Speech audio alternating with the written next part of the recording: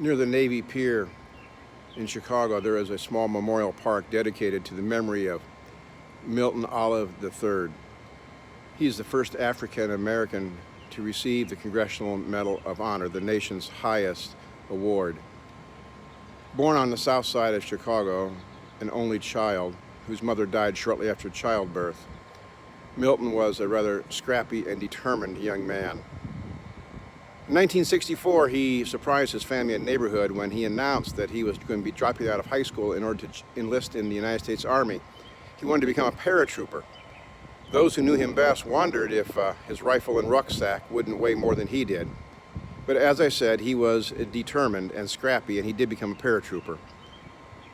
In 1965, he was deployed to Vietnam just as the war was starting to heat up.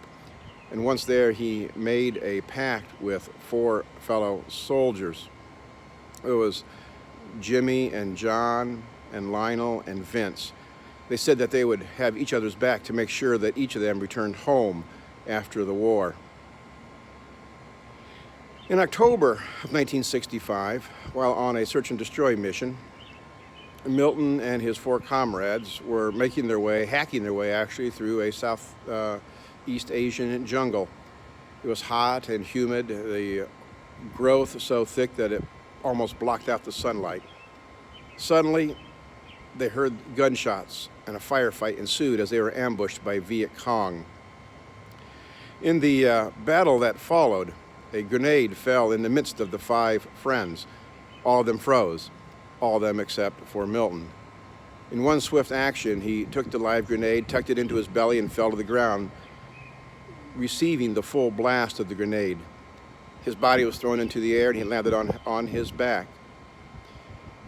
6 months later, in a Rose Garden ceremony, President Lyndon Johnson, flanked by 2 of Milton's friends, presented the Congressional Medal of Honor to Milton's father.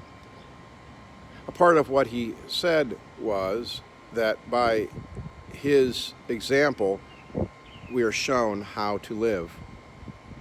In John's Gospel, Jesus said to his disciples on the last night that he was with them that there is no greater love than to lay down one's life for their friends, and you are my friends. We like to sing, "What a friend we have in Jesus," but friendship is a two-way street. In order to have a friend, you also need to be a friend. You need to be able to support your friend and to have their back. Being a friend with Jesus can be rather dangerous because Jesus calls upon us to care for those whom he cares for, the least, the last, the lost, the lonely, the forgotten, and the forsaken. It is a challenge that we have as Christians following Jesus, taking Jesus seriously, to lay down our lives so that others may live. In a different gospel at a different time, Jesus once said that whoever wishes to save their life will lose it, but whoever is willing to lose their life for my sake in the Gospels will find life and true meaning. One other scriptural text. Earlier in John's Gospel, Jesus said, "I am the way, the truth, and the life."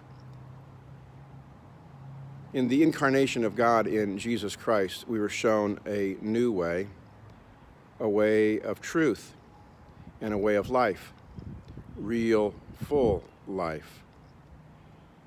I am Forrest Krummel, the minister at First Federated Church. Take care.